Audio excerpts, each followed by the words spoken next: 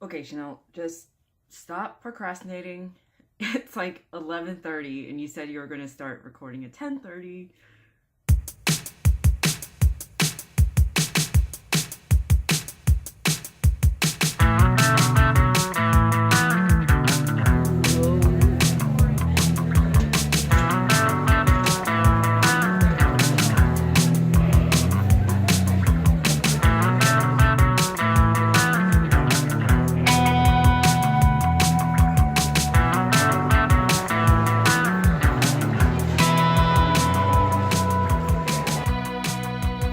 Hi, I'm Chanel. I'm a knitter, spinner, and designer, and also a recent college grad in New Jersey. My pronouns are they, them, and theirs.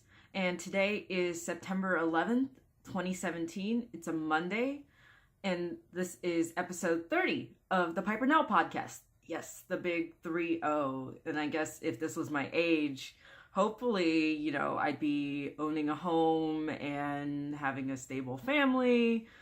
You know what? I can dream. So, quick comment on the date. Today is September 11th, and that is a significant day in America because it's 9/11. So, I don't want to spend too much time on it, but for those of you who have that day in their thoughts, who are affected by it, who are just, if whatever you feel, your emotions are valid. And I encourage you to really tune into your emotions, anger, despair, sadness, or whatever. And actually, not despair. Don't let any anger, sadness turn into despair. Don't lose hope. And there are things that can be done.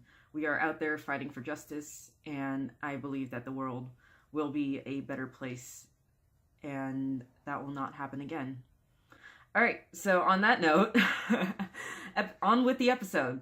So you can find me on the social media, on Ravelry, Instagram, Facebook mostly. I am Piper Nell on all of these platforms, PIPERNELL. There is a Ravelry group for this podcast, the Piper Nell Podcast, which you will find show notes, you'll find giveaways. I'm going to start being better about putting out calls for testers on in my group and providing pattern support. So yeah, find me on the internet as Piper Nell. And an overview of what I have for you today. I have tons and tons of knitting.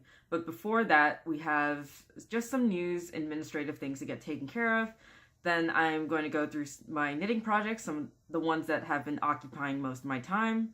And then spinning, and on my radar, which I'll talk about things I've been watching. And then acquired, which there is some this episode because this previous weekend, I was at the New Jersey Sheep and Fiber Festival, which was really fun. So I want to get onto all of that. So first of all, news. The July-August Patreon giveaway winner was Aoife, who responded to the prompt of naming a challenge that you've overcome recently. And I want to read her entry out loud because I really liked it and related to it. So she said, "My biggest challenge I've dealt with lately is recognizing the moment where I stop liking something, movies, TV shows in particular, because it's making me feel unsafe or triggered in some way, and then saying, okay, so we'll stop this now. I used to kind of feel that moment, but then tell myself it must be wrong, then power through and still hate it, but just never tell anyone. It means that this year I've totally bailed on a bunch of popular stuff halfway through, and then also can't complain about it on Facebook, because I don't want to hear the backlash. But on the other hand, I'm saving myself so much internal stress." So I'm really glad, Aoife, that you're taking care of yourself and that you've learned to recognize your own emotions and validate them and, really give voice to them so that you're taking care of yourself. And I know I still struggle with that and listening to myself when I'm in distress or if I'm feeling bad, and knowing to take myself back and say like, okay, Chanel, it's okay to take a break. So I have so much respect for you for accomplishing that challenge. So thank you so much for sharing. And your prize is going to be the Drops Fable sock yarn. So PM me your address, though I might already have it because you've sent me something. So I will get that to you right away. The next item is that our Spindle Along winner, which I know I've been super behind on, is Angela, who is Rainbow Ange on Instagram and Ravelry, and she and I have been friends for quite a while now. I did not choose this on purpose. I did a random number generator, and it turned out to be her, and I'm so happy because she was one of my test knitters for the Mitre Nova. She and I have just been in contact a lot, and it's just super nice to be able to give back to her. So yeah, I posted more information about your prize in the Ravelry group, so also PM me with your choice of prize and your address, and I'll get that along to you.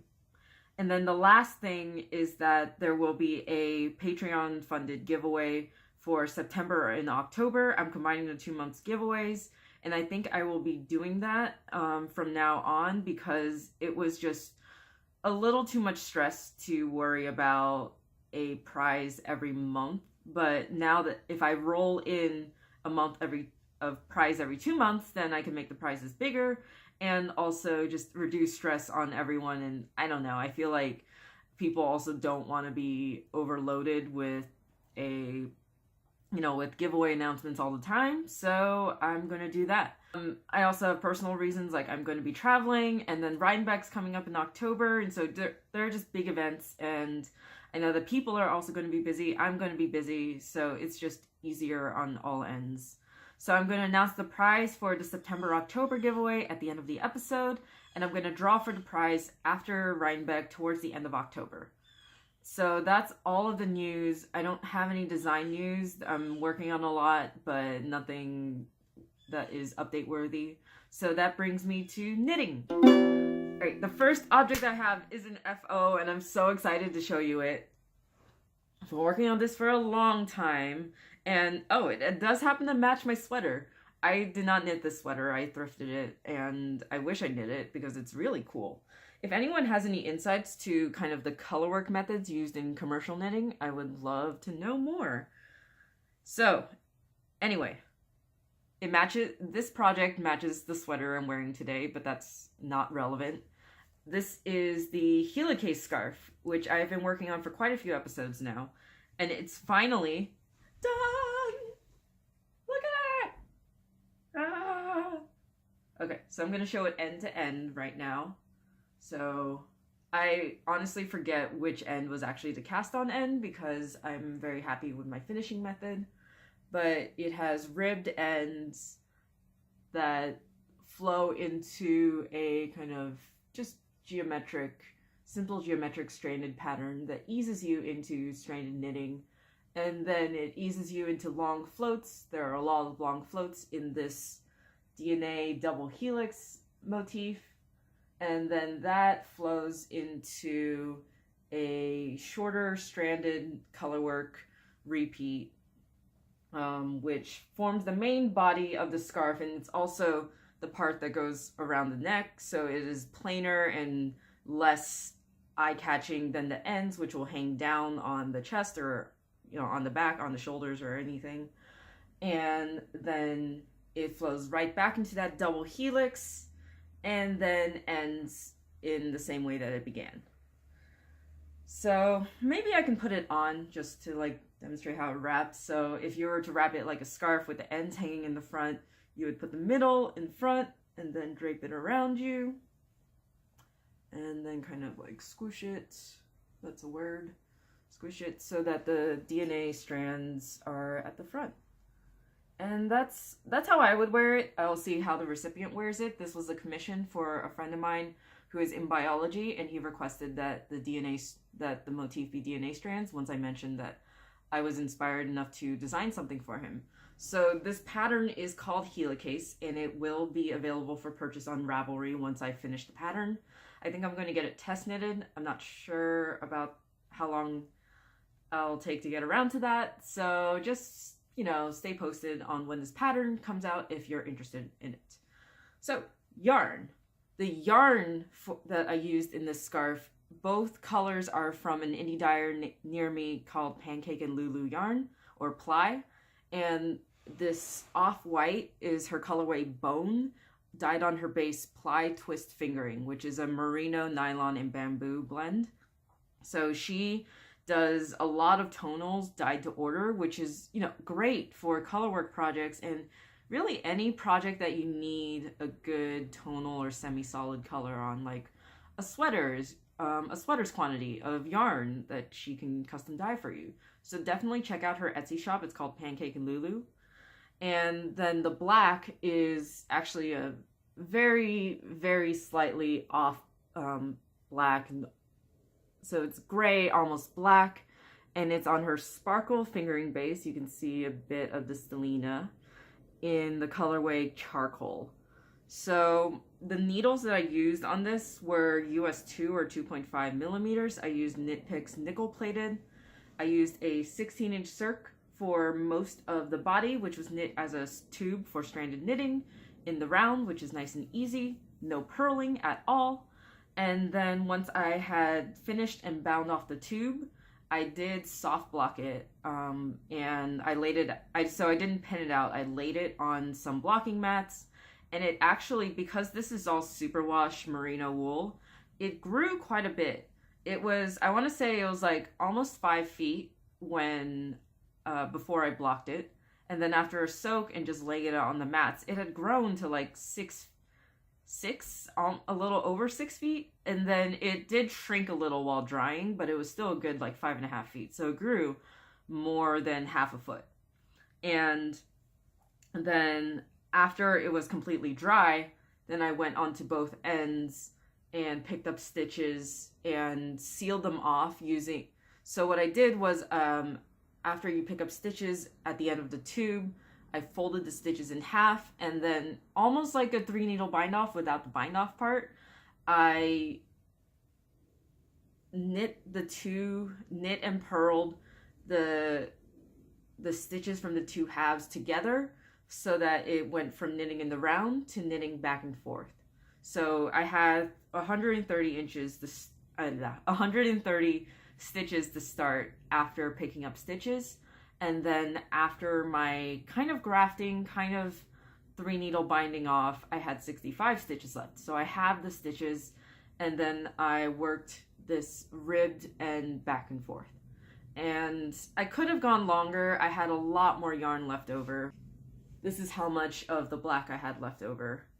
And it's, I want to say this is almost 80 grams. I haven't weighed it, but I think that this is about 3 inches long. It's proportional. It's a good length in proportion to the rest of the scarf, because if it got too long, it would visually kind of overwhelm the scarf, I think. Anyway, I'm really happy with this. The fabric is super squishy because it's stranded and a tube, and the merino makes it super soft. And I am really happy with the finish that the sealing up the ends of the tube for ribbing gets, and doing the ribbing after. So the two ends are pretty much identical, and that is all written into the pattern. So look out for the pattern. And I hope to be able to photograph this when the recipient is back in town, and I'll do a combo of handing it off to him in person and also doing a mini photo shoot with him. So you'll get to see his lovely smiling face. All right, so my next project is actually it's an FO almost. So it's a Mofo. It's a mostly finished object. It is my moving to the country shawl, which I bound off and finished in air quotes, the day that the cowl I was entering it into ended. So I just made it in. This is the Moving to the Country shawl by Christy Houghton. Is that how you say your last name? Of Yarn Cafe Creations. And she is also the co-host of the Girls in a Yarn Cafe podcast with her daughter Kristen, who's also a dyer, and she goes by Dragon Horde Yarn. So both of them dye beautiful yarn, so you should check them out. And so this yarn, I didn't use any of their yarn in my shawl, unfortunately. The yarn, it's a top-down triangle, elongated triangular shawl. So I started at the center here with a Knit Picks Hawthorne speckled yarn, and I think the colorway is called Birthday Cake. These were all from Stash. The Knit Picks Hawthorne was a leftover from a sock project, And then I transitioned, oh, I'm showing you the wrong side. Then, there, now the stripes look much better. I transitioned into this variegated blue skein, which is Socks That Rock by Blue Moon Fiber Arts. In the light, it's their lightweight Socks That Rock in the colorway Neon Lights on Broadway. And I think it was a really nice transition. While the skein was mostly blue, it does go into light gray areas that you can see here where my finger is, that pick up the light off-white of the Knit Picks Hawthorn, and then the speckles are matched pretty well between the two skeins. And then I transitioned from the Blue Moon Fiber Arts into this very dark navy, which picks up the darkest tones, the darkest hues in the Blue Moon Fiber Arts. So really the Blue Moon Fiber Arts, the Socks That Rock became the focus point of the shawl, which I'm totally happy with. And this is more Knit Picks yarn. This is their Stroll fingering weight yarn in Midnight Heather. So it's a navy blue with some flecks of green that you can't really see, that my camera's not really showing. But it's a really soft sock yarn that was also left over actually from a colorwork hat project that I did forever ago, 2 years ago. Wow. It's been a while. That's the yarn. Again, the pattern was the Moving to the Country shawl by Craftsy, and it's an elongated triangle. I don't think I've spread it out yet. It's a really lovely, lovely shape. I enjoyed the knit a lot. It was mostly garter stitch with these really fun eyelets, and this is such a wearable shape. Like, I'll be able to wrap it as a scarf like I wear my shawls, but then the tails will be really long, and this center triangle portion doesn't get too bulky. So I really like this shape of shawl. I want to knit more, which, because it has the classic look of a triangle kerchief with the advantages of a long crescent shawl. So yeah, great job on this design, Craftsy. And thank you so much for sending me a copy. The needles I used on this shawl were US 5s or 3.75 millimeters. I used my good old trusty Chalgu lace needles, and that's really my standard shawl knitting needle that I always reach for a new comfort shawl project. And the last thing I want to talk about for this project is really the only modification I made. It is not knit exactly according to the pattern, because her pattern is very adaptable. She gives you a choice of, when to blend in the colors. Her pattern provides guidelines for how many repeats to do, but it is really adaptable to however much yarn that you have or how many colors you have. So I knew that the contrast between my colors was a little starker than the contrast in the colors she used. So I extended the color blending portion. Instead of over 1 repeat, it was over 2 repeats of the pattern. And so you get a much more gradual transition between the 3 colors. Her sample also uses 2 colors. I use 3 colors, but that's totally fine. I bet this pattern would look really nice in a multicolored mini set, like 5 or 7 or 10 colors. It would just be so pretty. And it was such a fun knit. Even though I had hundreds of stitches at the end, I was still addicted to it, and I couldn't wait to get to the end of the pattern. So thanks again for hosting a fun cal and designing a fun shawl, Craftsy. That's it for Moving to the Country. I need to drink some tea because I've been talking a lot. And to match the project, I am drinking this alien blue tea. It's so cool looking.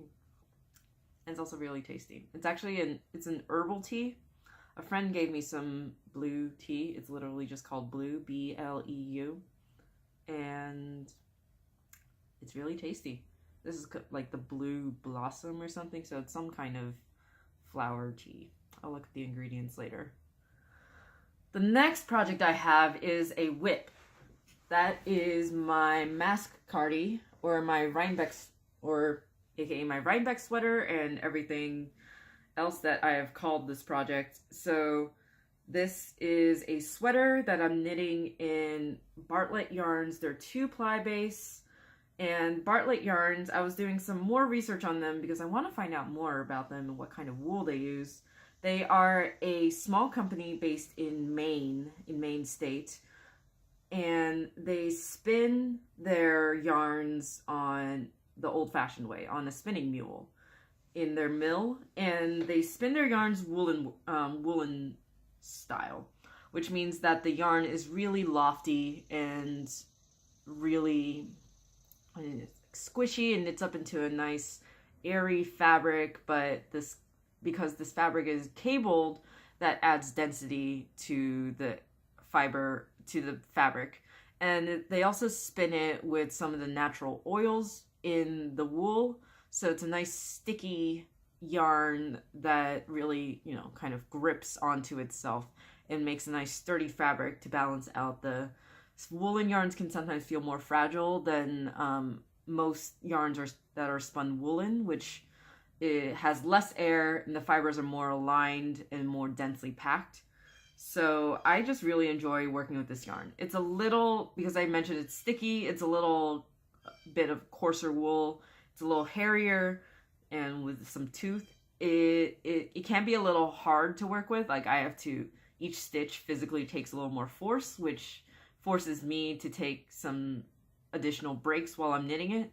But it's really nice to work with. It smells sheepy and oily, and it cables super well. The stitch definition is great, even though it's only a 2-ply.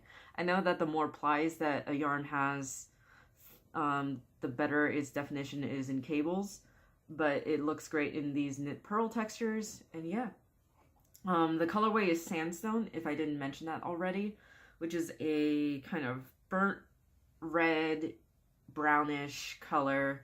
And I'm not sure if Bartlett makes this color anymore, because I was just on their website and searching their colorways and they don't have a sandstone listed. The closest colorway I would say would either be Rust Heather on their site, or what was it? Yeah, Rust Heather was pretty close. Anyway, this information is all in the show notes. The pattern I have not mentioned yet is Migration, a cardigan by Stacy Gerbman. And hi Stacy, if you're watching this since you commented last episode, I am so honored that you're watching this, and I hope I'm doing your pattern justice. The needles I'm using are US 7s or 4.5 millimeters ChalGoo knit red, so they have this like bend in it. I don't know if that's for ergonomics or anything. I don't really notice a difference. But working with metal needles was probably a great choice for this yarn, since that makes the knitting as smooth as it can get with a stickier yarn. And it got me gauged, though I did notice that I don't think I got row gauge. I think my row gauge was actually looser on these needles, even though I did have to size down from what the pattern called for. My row gauge was looser because I got less length for the same number of rows in the pattern, and less length for the same number of, more length for the same number of repeats, which means that my work has fewer rows for the same amount of length. And that meant that, I'm already short and petite, so the sleeves as written would have been a little long on me, but now I had to not only shorten the sleeves, but also compress the increases, because the sleeves are knit from the bottom up. So towards the end, you see that the sleeve is increasing a little faster. But I think that should be totally fine, because that's towards the armpit area, and if anything, it'll just create a more like dolman-like effect. And I still got the right stitch count at the end. So right now I'm working on the sleeve cap shaping, and the sleeve should be off the needles soon, hopefully by tomorrow or something. That's my goal. But that's progress on my mask cardi right now, so I'm gonna put that away. The next project I have is a new whip, and I am knitting my own pattern, and it is another Mitre Nova. This is my third Mitre Nova that I've knit, but this is a commission for a relative of a friend who got in touch with me after seeing a Mitre Nova on my Instagram feed, and she wanted one. So I poured over some color combos with her, and when someone commissions a shawl for me, I always tend to push them towards Madeline Tosh Merino Light, because there are tons of colorway options, and it's easily available online. And the color swatches when shopping online, I know they're true to the company's colors, because I've ordered online so frequently. And this is what it's looking like so far.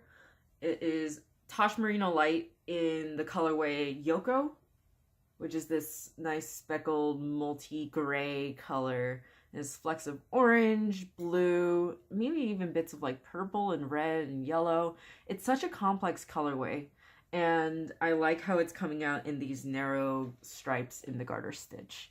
So you get very subtle variations in color. And then the semi-solid that I'm using is called Spicewood, which is I don't know, I want to say like caramelly brown orange, so it's showing up a little pinker and red on my screen. So I don't know, it could look like that in real life too.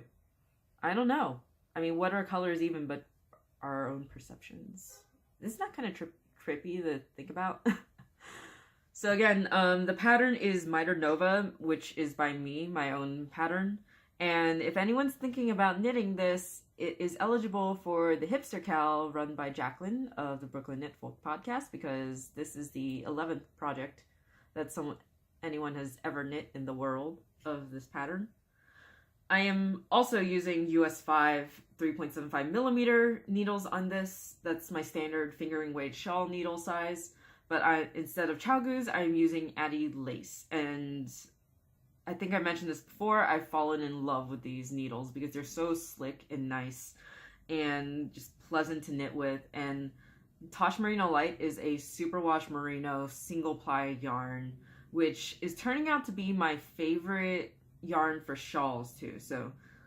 So great shawl needles, great shawl yarn. This is just a really fun project, and I'm really enjoying it. And then last project is also a new whip, and you'll be surprised. Y'all will be so surprised that I am knitting my socks one at a time.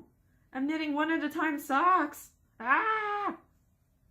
I hope I don't get second sock syndrome. I really don't think I will, because the yarn that I'm using is Regia Perfect by Arnie and Carlos, so a special design line by Arnie and Carlos in the colorway Fall Night. And this is the ball band. The colorway number is 9135, or maybe it's just the last three digits, 135. So it's going to knit up like that, though I'm trying to avoid looking at the picture so that I don't get spoilers. It's like me doing a jigsaw puzzle without looking at the picture. It's just so fun watching the colors emerge from the yarn. And this is 2 days of work. This is, I cast on the cuff on the way to the New Jersey Sheep and Fiber Festival. I was mostly done with the leg by the end of the trip, by the end of the return trip. So it was just so addicting, and it was perfect car knitting because these are just vanilla socks. It's all knit. And I'm not using a pattern. This is kind of my developing recipe for vanilla socks. 60 stitches around. I used the cuff down, so it's German twisted cast on with 60 stitches. I did a 1x1 ribbing. And the pattern, the closest thing to a pattern that the sock comes with is on the inside of the ball band. And it just tells you how to get a matching pair of socks from this yarn.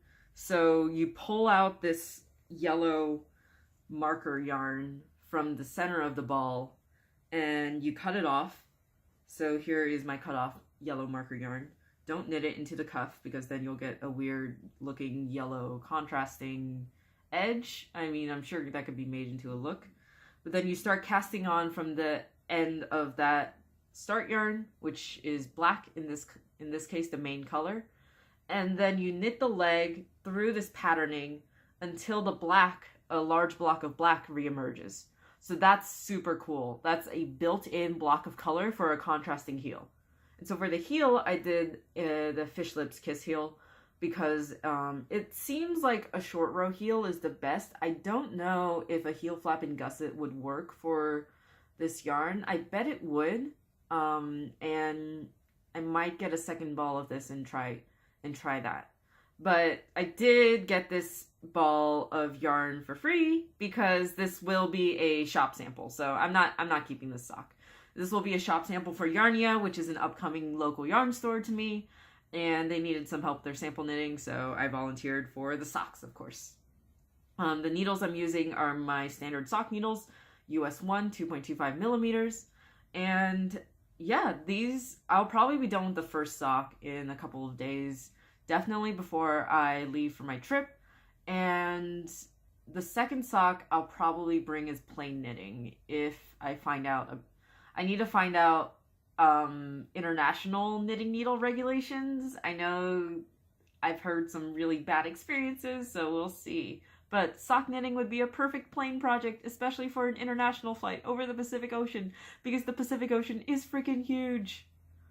But that's all I have to say about these perfect socks. They are perfect. They're so fun. And that's the last knitting project I have to show to you. There is one more project. It's a total secret right now. And as of yet, I have not given it to its secret recipients. But I will be recording a bonus video that goes into detail about the project, so look out for that too. That was knitting. Took a short lunch break. So now let's talk about some spinning. I have been spinning on the Sister Strands BFL dyed top, which is fiber that I purchased at Rhinebeck last year. I split in half with my friend Mars, who is Hey Brownberry, and she dyed her half and sent it back to me to spin. I sent the spun yarn from the bare fiber to her to dye.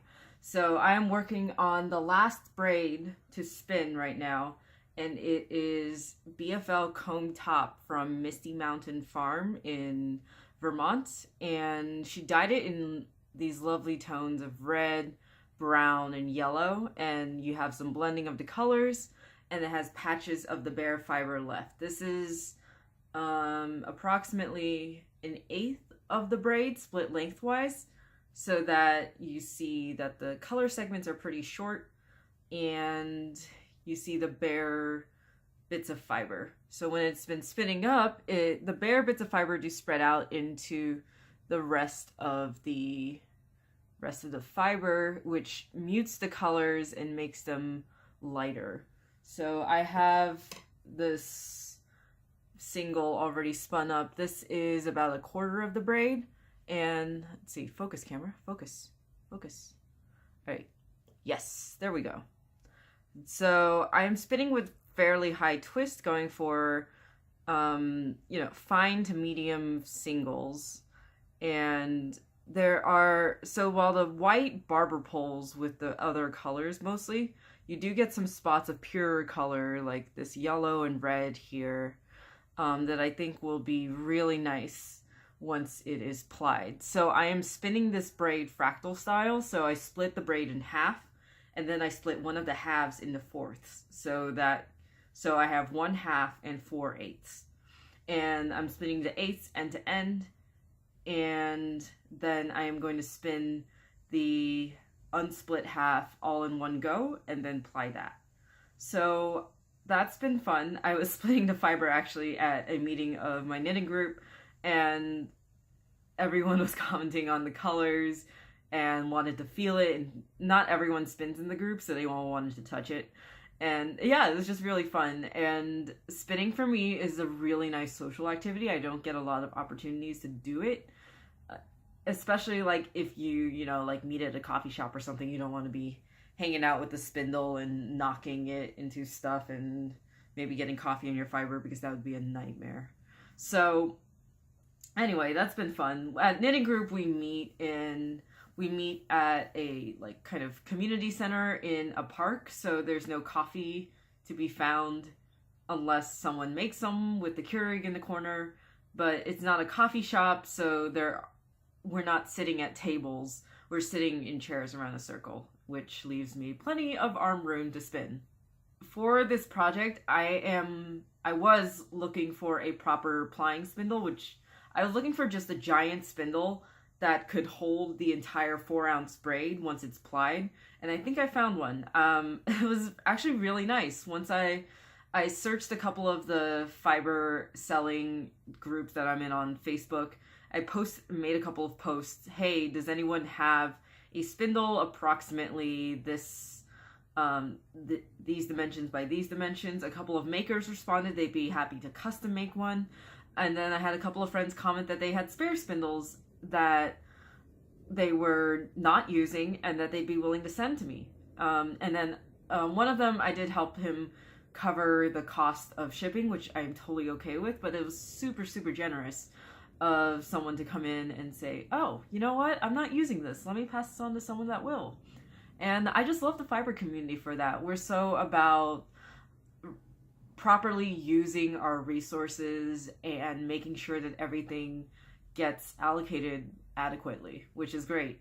And I am keeping tabs on those makers that do custom spindles. When I get some funds, I would love to have a custom spindle made, and I'll keep you updated on that if that happens.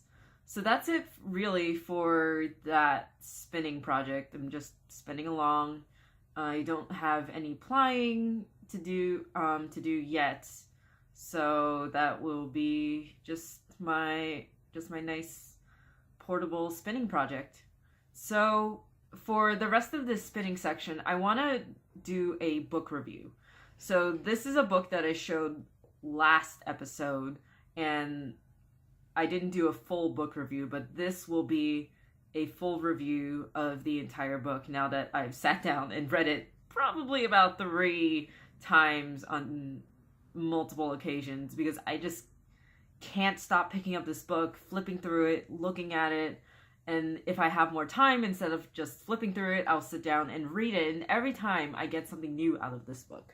So the book in question is this, Yarnitecture by Jillian Moreno. So the reason why it's called Yarnitecture, the reason behind the title, is that the book is organized according to an analogy of building a house. So you're just like you would build a house, and you'd go, there are all these stages in planning and drafting, and then once you, in building it and moving in and decorating it and making sure it's livable, you put that many steps into dreaming up a hand spun yarn, designing it. Maybe you're spinning it for a project, a specific project. I know that someday I want to spin a sweater's quantity, and knit it into a sweater out of hand spun yarn. So see, that's my vision, as she would call it. And then she goes into, let me go to the table of contents. Then she goes into the foundation, which is the fiber that you're spinning, the wool, then the frame, fiber prep, the walls, which is the actual spinning of it, and you're building up the walls of your house and you're building your yarn. And then she goes into finishing details like the roof, the front door, the paint, landscaping. It's just such a good analogy, and it's really effective in organizing the content of the book. So the presentation of the book itself is just beautiful. So you see the cover, it's so nicely shot. This is the table of contents. Every page just has so much thought put into it, and it's just made with such care that each page is beautiful and readable, that I love this book. I don't want to return it to my library. I am definitely ordering myself a copy of it. The writing, Jillian's writing is informal, but she's very thorough with all the details that she covers, and very detailed. And there's nothing wrong with informal writing. If it makes the information accessible and makes it easy to understand, then that's all the more effective. So I already talked a bit about the pictures, but let me show you an example of a really effective picture. So several sections of this book have pictures like this, where the pictures will actually demonstrate and add a lot to the writing of the book. So here she's explaining how color management can result in different yarns. So she shows that this is 5 different hand spun yarns from the same braid of fiber. And then she not only shows the spun yarn, which a skein can only show you so much, she actually shows you the knitted swatches. And all of these are side-by-side comparisons, clearly shot, clearly explained in the text. And just, they add so much information. Well, they add so much meaning to the information, that's what I mean. Let me show you another picture that I really like. So, this is a picture in the plying section that compares 2-ply and 3-ply yarns and explains how they look in types of stitch patterns. So this is the page for a 2-ply. She shows both a solid and a variegated, and then shows how the 2-ply looks in stockinette, lace, and cables, and explains not only, and then she tells you, she guides your eye in these pictures, and in the text will tell you, okay, these are the strengths of 2-ply yarns. You might use this in this kind of stitch pattern to really bring out those attributes, or avoid using that particular type of yarn if, let's say, it's variegated versus solid and it might hide some details. And I have learned so much from this book. That's really it. I've learned so much from this book. I feel like every time I pick it up, I will keep learning something new. So I would highly, highly recommend this book, Yarnitecture, by Jillian Moreno. So that's it for spinning. That moves me to On My Radar. And it's more about stuff that I've been learning.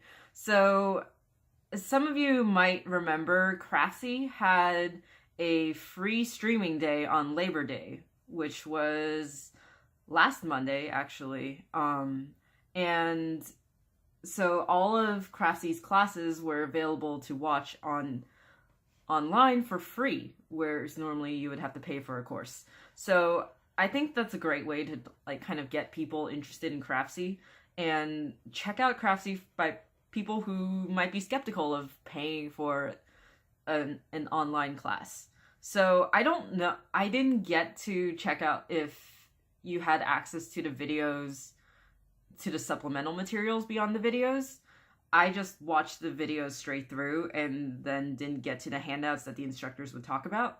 But from what I saw, the organization of the videos was great. They had an interface where you could select, oh, this is this chapter, this section of the lesson, and it was broken up into different video segments. So the 2 classes that I watched 2 classes.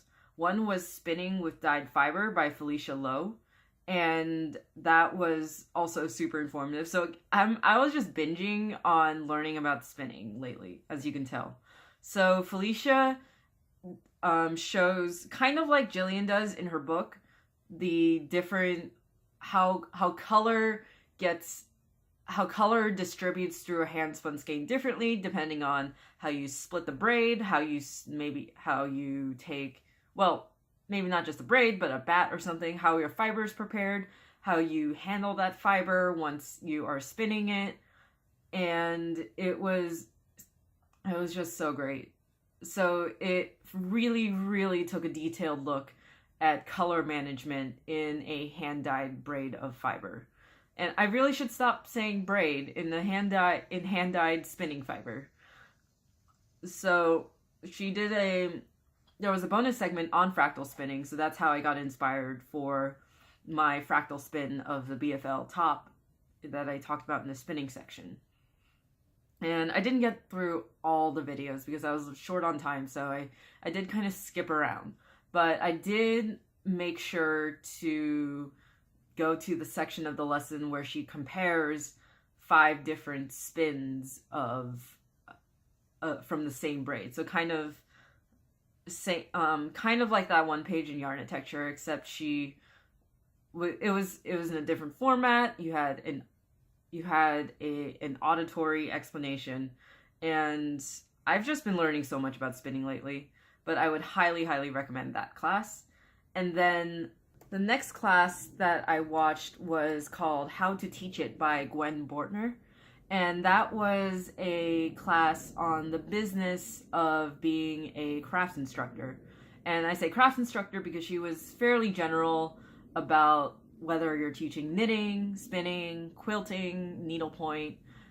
She does focus on knitting in her language, but she does make a point of emphasizing the overlaps between these crafts and, well, teaching these crafts, and that there are some general like business know-hows that instructors should know. And this was useful to me since I am a fairly new crafts instructor. I've run a grand total of one in-person workshop at Frame and Fiber, which is a shop in Point Pleasant. I talked about that last episode and in my vlog. And thank you, Paige, for taking a chance on me with my first workshop. And I have more workshops scheduled local to me, which is awesome. I'm also going to be an instructor at Yarnia once it opens.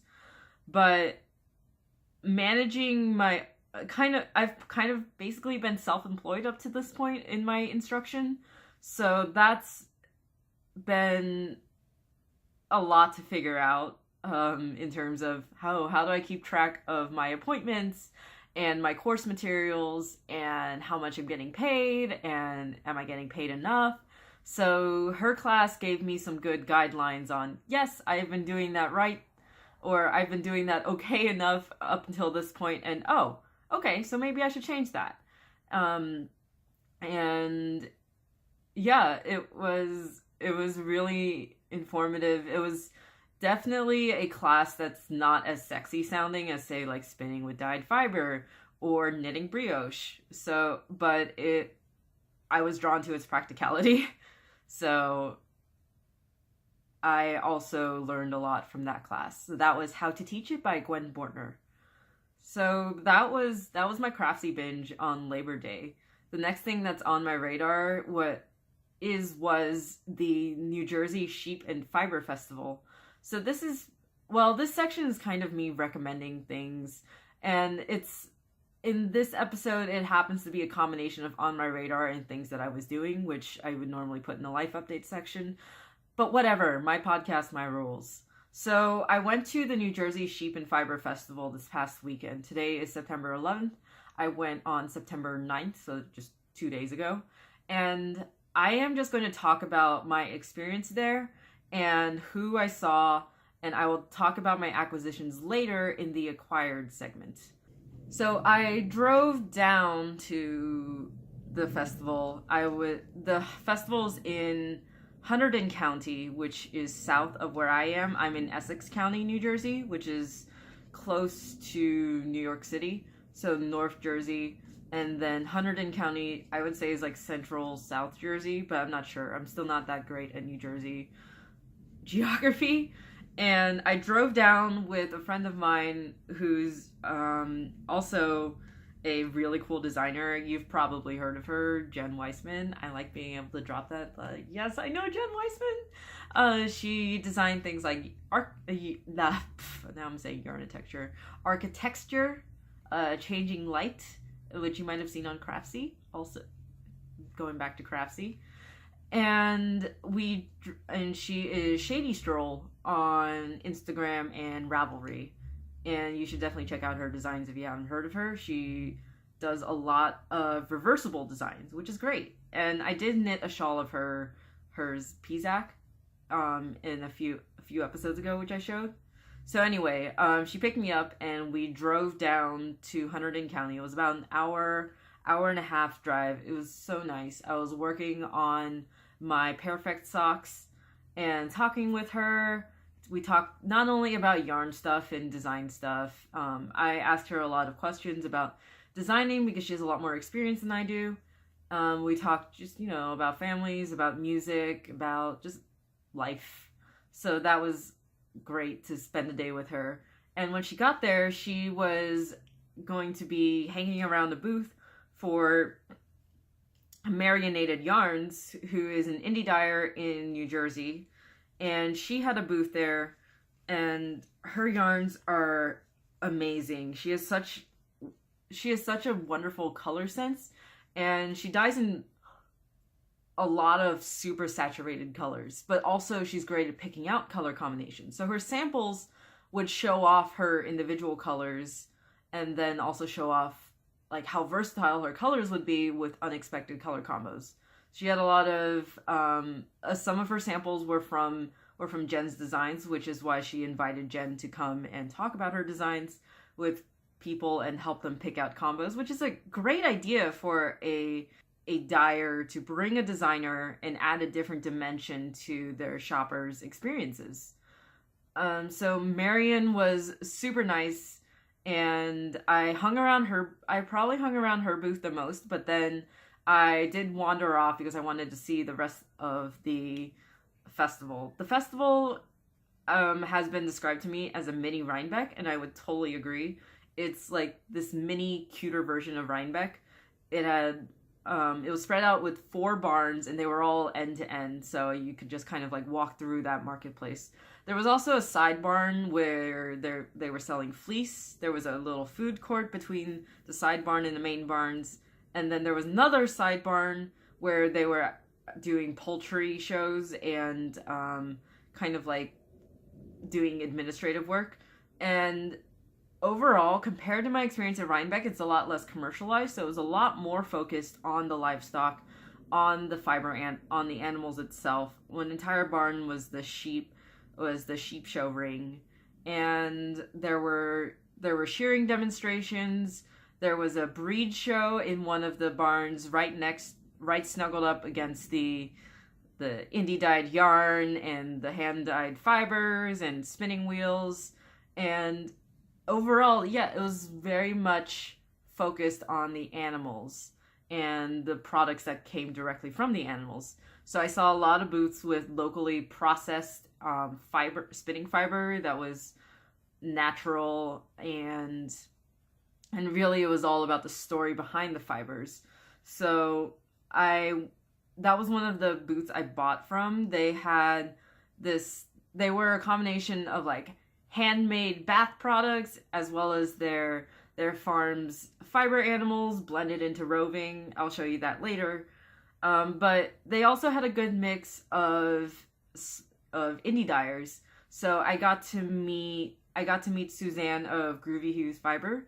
She was super nice to talk to, and she had beautiful, beautiful yarn with very interesting bases. She had an alpaca, linen, and silk base that had, of course, awesome drape. I met Shersey Cat Designs, and I have her card right here. I'll just show you all these cards that I collected. So her name's Kelly, and she also has a great color sense. And she not only dyes fiber, and she not only dyes yarn, but she also does fiber and also spindles. She was spinning on an Olympic spinning wheel when I visited her booth. So she was spinning on it looked like a rearing dragon. That was her wheel. And it was very, very eye-catching. Got a lot of people to just stop and comment on her wheel, and then they would go in and shop. That's a great idea. I met Toby Roxanne of Toby Roxanne Design. She's a designer and indie dyer. Also great colors. She has a very elegant aesthetic, as you can see from the chandelier on her card. There was a Good Day for a Cupcake by Elizabeth Kellerman, and she dyes yarn, but also had these adorable hand sculpted knitting needles and crochet hooks. She had used polymer clay to make adorable toppings for them, and her entire booth was decorated to look like a cupcake shop. And she also was, like wearing an apron and going around looking like a cupcake vendor. It was awesome. I met Katrinkles of Katrinkles Knitting Jewelry, and she has a lot of interesting, unique needle gauges, sew your own buttons. So they were wooden. You would get wooden blanks, and then they were punched with holes that you could take yarn and stitch stitch your own patterns on it to make custom buttons. Just, hello, that's an amazing idea. And besides all that, Chelsea Yarns had a booth, so I paid them a visit. And it was so cool. Like, in the booth, I met people who recognized me, and that was, I know I don't have a huge following, so I was like, whoa, people recognize me? They're like, yeah, we follow you on Instagram. I was like, ah. So one person that said hi was Miriam. So hi, Miriam, if you're watching this. And then Vincent, who just transferred to Montclair State University, so we got to meet up, Vincent. And hi, I will definitely hit you up for photography in the near future. I have, as you can see, FOs. And so before I stopped in the Chelsea Yarns booth, right next to them was Helen and Mary Beth, aka the Crafty Toads, aka the owners of Toad Hollow. And they sell both project bags and hand-dyed yarn. And of course I had to get some hand-dyed yarn from them, and I'll show you that later. But it was great to see them again. I saw them at Rhinebeck last year, and I was like standing right next to their booth, and then I realized, oh hey, that's Toad Hollow. I had seen their name on a list of vendors, but it took a while to like click in my head, because I was like, oh, fiber. I was definitely like drunk on yarn and fiber fumes. And I reached over to crowd, and I was like waving frantically, trying to get, I think I first made eye contact with Mary Beth, I'm not sure. And I waved to them, and then they came out and gave me a hug, and we were talking, and then who else rolls in but Jake of Dogstar Knits yarn. So he's a yarn dyer, and also he now has a Makecast, or a podcast, which I've been watching. He and his wife Ray, or Rhiannon, have a super adorable vibe, and you should totally check out their podcast and their yarn. And I got a button from him. Yay! So, hi everyone who's watching this. It was really fun, and I was honestly so tired by the time I got back, because I feel like this just might be a general fiber festival feeling for me. I just get kind of overwhelmed with crowds, and when I spend too much time with fiber people, I gotta learn my limits. I gorge myself on visually. I don't buy that much because I'm on a strict budget, but I just, kind of, my eyes are bigger than my brain realizes it can handle. So I go around looking at everything, and I get overwhelmed, and I got drained towards the end of the day, but it was so good. I realized I needed some alone time, so I would go out to the food court, have some knitting, and eat some food, and then go back in and continue socializing. So one more booth that I paid a visit to was called Classic Warmth, and her work was amazing. So the main vendor, her name was Susan. She had a couple of assistants around, and she lives in Lambertville, which is where the fair was. And she spins and teaches spinning. And the amazing thing about her booth was that all of her skeins of hand-spun yarn that were up for sale were sweaters quantities. She had just ginormous skeins, 900, 1,000 yards each, they were all singles. She says she hates plying, and you could literally just buy a skein from her and knit a sweater out of it. And she had samples of her hand-spun sweaters. So I talked to her and her assistant a lot, and they even let me try out one of their wheels. I tried out a Louette S17, I think. It was a single treadle wheel. It was my first time trying out a wheel, and I really liked it. I'm still shopping for a wheel, but that wheel, a Louette, is in my top 4 wheels, and I think that's my strategy for Rhinebeck. I'm going to prioritize spinning wheel vendors and try out some wheels. But I think that's my thing about fiber festivals. I have to go in with a plan. I can't just go and wander, because then I get overwhelmed. I get drained from talking to people, and I need a goal. I need to guide myself and just have a plan. But that's on my radar. Rhinebeck's also on my radar, but that's a while away. So that brings me to acquired. So let's talk about what I actually got at the New Jersey Sheep and Fiber Festival. So I mentioned that I bought something from Marionated Yarns. This is the skein I got from her. It's this really lovely terracotta brick red. That's her label, Marionated Yarns. Her name's Marion, which is such a cute name. Such a cute name for a yarn label. And look, it's a sheep soaking in dye. This is on her Practicality base, which is 75-25 superwash merino and nylon. It's about 463 yards to 100 grams. This colorway is called Goblin Valley. And I know exactly what I'm going to make with this. It's going to be a pair of socks, because in her booth she had a sample of a pair of socks in progress on a different colorway, but it was an amazing twisted stitch pattern. I know I just finished a twisted stitch sock, but I'm already feeling like another one. And that pattern was Agave by Cookie A. And I think it would look amazing in this color. And this is very much my color because it's almost the same color as my Rhinebeck sweater. So yeah, I'm still developing my color palette, but things like brick red, dark brown, burnt orange, teal is definitely in my color palette. So the next thing that I got was from Rosefield Farms. And let me show you the fibery part first. So, well, the Rosefield is the name. And they are a farm in... So they are actually a farm in Pennsylvania, which, you know, is right next to New Jersey, so not a far drive for them at all. The spinning fiber that I got, this is Shetland and Angora blended roving. Isn't that such an interesting mix?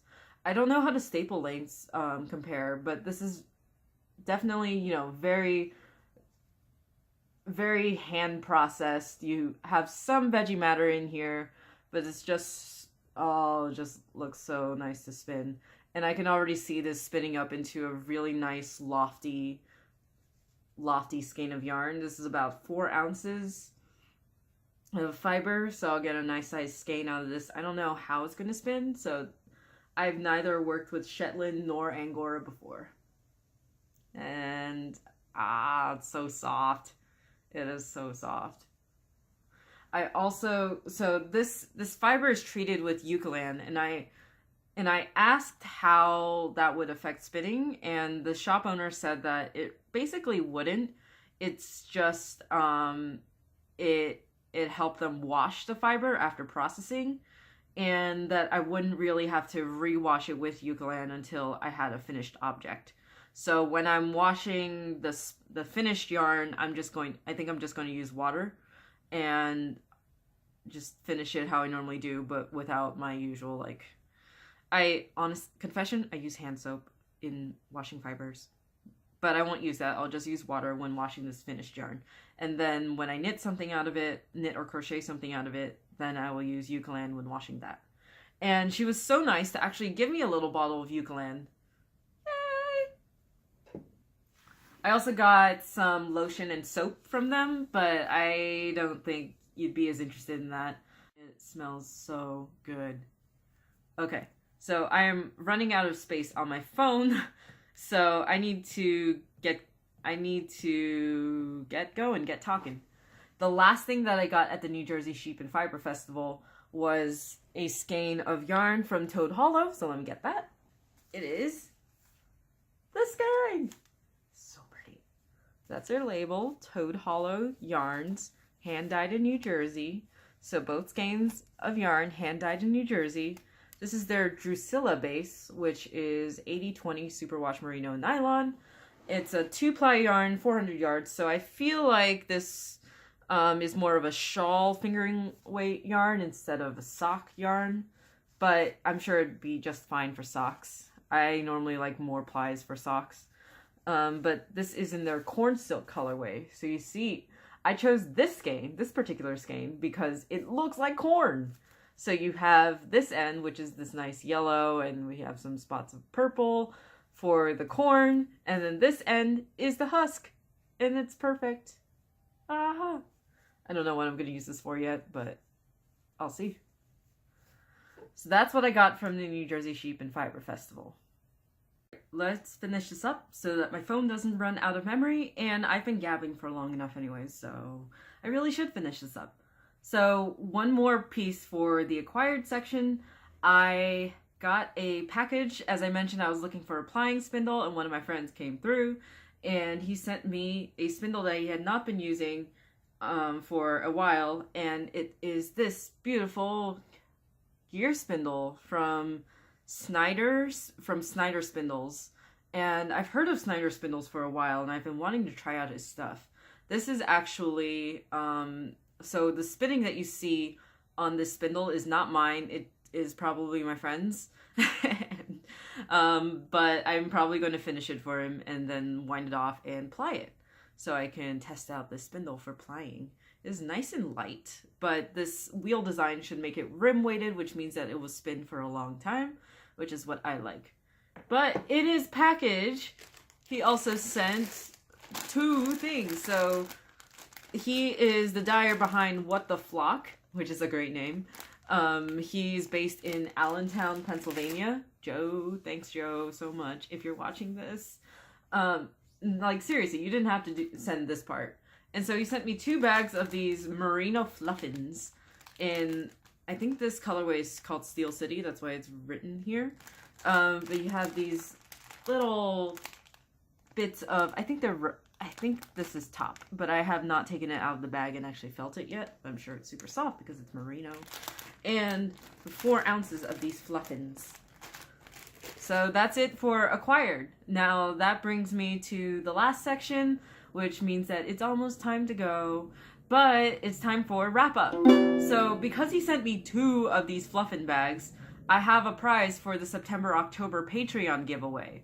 So the winner of that giveaway will win one of these bags of fluffins, and I will be putting up a picture in thread and everything in the Ravelry group, and I will post the prompt too. I haven't come up with the prompt yet, and I can't really come up with one on the spot, so it will be in the thread, and you will see that.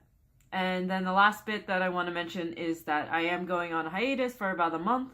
I am going to Taiwan with my family, and also I will be spending some time in Vegas. You might see little travel logs and stuff, and you might also see some videos that I took at the New Jersey Sheep and Fiber Festival after this, but still going, okay, back to the future. I will be unable to podcast until after Rhinebeck. So basically, Taiwan, I fly back, spend a couple days in Vegas unpacking and then repacking, fly back to Jersey, and then the next day is Rhinebeck. So I'm missing Rhinebeck Saturday because of that flight, but I'm going to be there on Rhinebeck Sunday. So hit me up if you're going to be there on Rhinebeck Sunday, and let me know if you want to meet up for coffee or breakfast or something. I'm trying to see who I know will be there, and I'm keeping a list of who I want to meet up, so maybe I can plan some sort of like big brunch get together. But yeah, that's it. That's it for episode 30. I've passed the 3-decade mark. So thank you so much to everyone who's watching. If you were a new viewer, I hope you enjoyed it and that my weirdness didn't scare you off. If you're an old viewer, thank you so much. If you're a returning viewer, thank you so much for your continuing support.